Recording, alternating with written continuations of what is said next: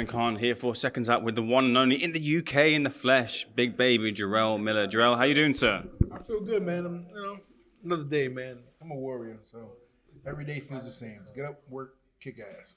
Well, the 23rd of December, it might be another day at the office for yourself. Daniel Dubois is the opponent. Talk to me about getting the call for this fight with Dubois. Has it been on your radar for a while? Actually, when he had the belt, it was on my radar. It was something we were interested in. And then when he got his ass whooped the second time by Usyk, it kind of like went out the window. And we was on to already getting Manuel Char as an opponent for October. But, financial reasons, the fight never did happen as of yet. But I'm still in mandatory position. But, we're taking a little detour right now to, whoop Daniel Dubois' ass because for some reason he's ranked higher than me right now. So knocking him out will put me in the top 3 in the world. So I need that. What about Dubois? We've seen him most recently in action over in Poland. It was a controversial for some fight regarding the low blow. Was it? And a lot of people also kind of earmark Dubois as being someone who doesn't quite have the heart in the ring and say that they saw that as well in that Usyk fight. Did you see that? What do you make of those two moments? I mean, most definitely, man. We've definitely seen, for terms that, a little vulgar, we've seen the bitch in him. We've seen that multiple times. And, he did land a good shot in the Usyk fight. Don't get me wrong. I think it was a good body shot.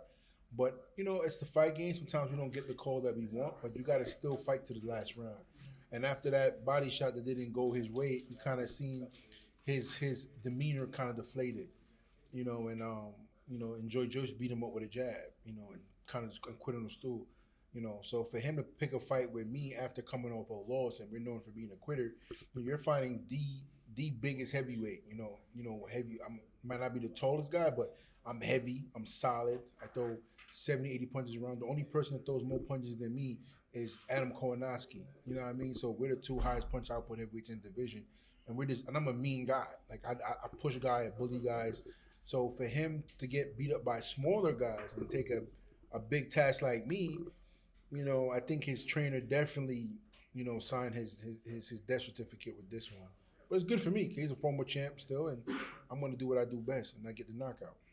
Heavyweight, everyone has power, but for Dubois, it seems to be his biggest asset. Do you think Dubois carries power that you have to be cautious about? Oh, yeah, most definitely. Everybody. I think a 5-year-old can still knock somebody out if you hit him in the right spot.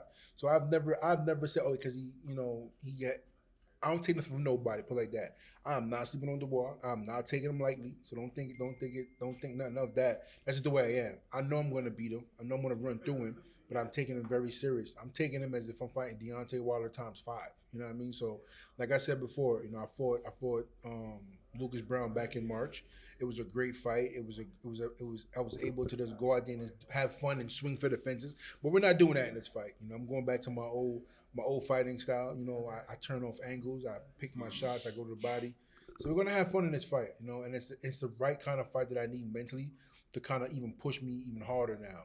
Like I was motivated to fight Char, but I'm really motivated to knock Daniel Dubois' ass out. Like I'm super excited. So this is something I've been looking for a while, and I'm glad he was dumb enough to sign the paperwork. With the heavyweight division, it's a fast-moving division. A lot of things are happening. Francis Ngannou is all of a sudden in the top ranks, as in the top 10 for people. Yeah. We'll get into that in a second. But do you feel that you have to send a statement by doing a job on Dubois to keep your name in people's mouths? Yeah, most definitely. My name is always in people's mouth, for good and bad. But I feel like, on a professional level, knocking Dubois out the way that I know I can is going to be like, oh, shit, Big Baby's really, really, really back. I'm back, but knocking him out like I did Adamek and Bogan, Dinu, and other fighters is really going to put me back in that talk like ASAP. I want to talk to you about unfinished business. On that press conference with you will be Anthony Joshua, a fight that a lot of people want to see. A lot of people want to see the gloves are off thing. Where apparently you beat him at the wrapping too. But are you going to be getting that fight soon? Listen, like I said before, in this boxing game is a lot of politics, and when people have the attention of the media in deep pockets, they can persuade the media, and Eddie Hearn is good at doing that. So, like I said, AJ supposedly his own boss, but clearly, Eddie has a finger up his ass. So it's up to AJ to want that fight to make it happen. Eddie Hearn will make every excuse in the book to not make it happen. And we can see with the opposition that AJ has been taking lately that he doesn't want any smoke. So when I hear him talking about AJ and Deontay, that's all bullshit. He doesn't want no problems with Deontay at all. So bet you just come fight Big Baby. We have unfinished business. Let me retire you. At least I send you to the hospital because we fight Deontay. He gonna send him to the graveyard. What But you and Deontay, I saw a rap video where you made a comment which got a lot of people talking as well about that. Do you expect Deontay to be having a bit of a fiery conversation with Deontay? Yeah, I mean, listen, anything has happened to me and Deontay, but we're only two Americans in the card. I looked at him 2 times. He didn't look my way. So I think he's definitely keeping it professional as of right now. But this is, I'm just me, if they don't start nothing, ain't gonna be nothing. But if dudes try to stand me down, then I'm gonna start some shit. You know what I mean? But as of right now, I mean, listen, he did an interview that was some old shit, was false information. So I released the old freestyle video that I did. Like, bro, we see each other, you don't say, you have none of that energy. How many times I've walked up when you impressed you never had that energy. But like I said, we're in UK. We're the only 2 Americans here. So listen, I'll give him grace for now. But AJ, I have no grace for. I'm gonna clock him. Do you think both Wilder and AJ get through their fights on December 23rd? Joseph Parker is a brother in their minds. I think at the end of the day, best man wins in that fight. I'm not making a prediction, but Joseph Parker is a guy that comes to fight and he's very fast and he's durable. So and then we know Deontay has the equalizer, which is the punching power, but not a great boxer. So the best man wins in that fight. Pulling for Deontay because he's American, but also pulling for Joseph because that's my boy. In the AJ and Otto Wallin fight, I feel honestly AJ might have made a mistake with picking Otto Wallin because even though Otto Wallin is not a one-punch knockout guy, he's durable. He comes to fight. He's not a quitter. And it's gonna be a tough fight for AJ. I don't think it's gonna be easy at all. And the mental mind state that that AJ has, is he gonna hold up? When he fights in the UK, yes, he has a little more, that oomph in his step a little bit. But when he fights out of the UK, it's like, we don't get the same fiery person, And I think the playing ground's gonna be a little more even, fighting in Saudi. So I wish all the luck to Otto Wallin. I want to really be the one to knock out AJ, but the best man win is what it is.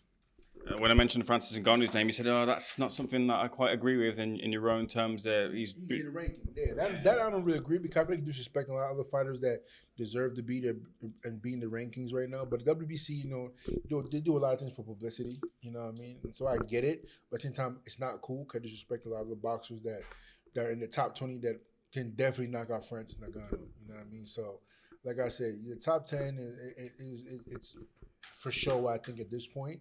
He did amazing. He did phenomenal against Tyson. We didn't expect that. He didn't fight the best version of Tyson Fury. But more power to him. I'm not a hater. Don't get me wrong. I'm a big fan of Francis Ngannou. I think he's done phenomenal what he's done. He's a great business guy. I would love to, pick his mind and possibly fight him as well, too, in the near future. So I'm not a hater. I'm just saying when you come from the sport, and one fight in, you get in the top 10, I feel like it's a little disrespectful. But more power to those guys. Francis doing great things, Tyson doing great things, and I wish them both luck. Final thing before I bring it back to yourself, did what you saw in Fury vs Ngannou change your mind on how Fury Usyk goes? I don't, maybe a little bit, because from what I heard, and even what I heard from Tyson, that he trained really hard for the fight. He didn't look like he trained really hard for the fight, but I felt like it was his first time fighting in Saudi as well too. And I fought Lucas Brown in Dubai, and in the time difference, you really got to be out there enough amount of days that I realized for myself. So I think the time difference might have made a difference. I think he still beats Usyk. He's just a bigger guy, and Tyson does have a mean side to him that I haven't seen with Usyk just yet. So I'm still pulling for Tyson in that fight, and hopefully me and Tyson can fight, and I can knock my boy out. Bringing it back to yourself, I spoke to Dimitri before this interview and he said, look, this is redemption for you. This is redemption for people who want to criticize you being back in the ring, getting a big opportunity. Do you feel that? Do you feel the weight of that pressure coming into this fight with Dubois? I mean, from the time I was born, I've always been the underdog. I always had pressure, man. I come from the trenches, so it ain't nothing new to me. You know what I mean? Like, I was born to fight.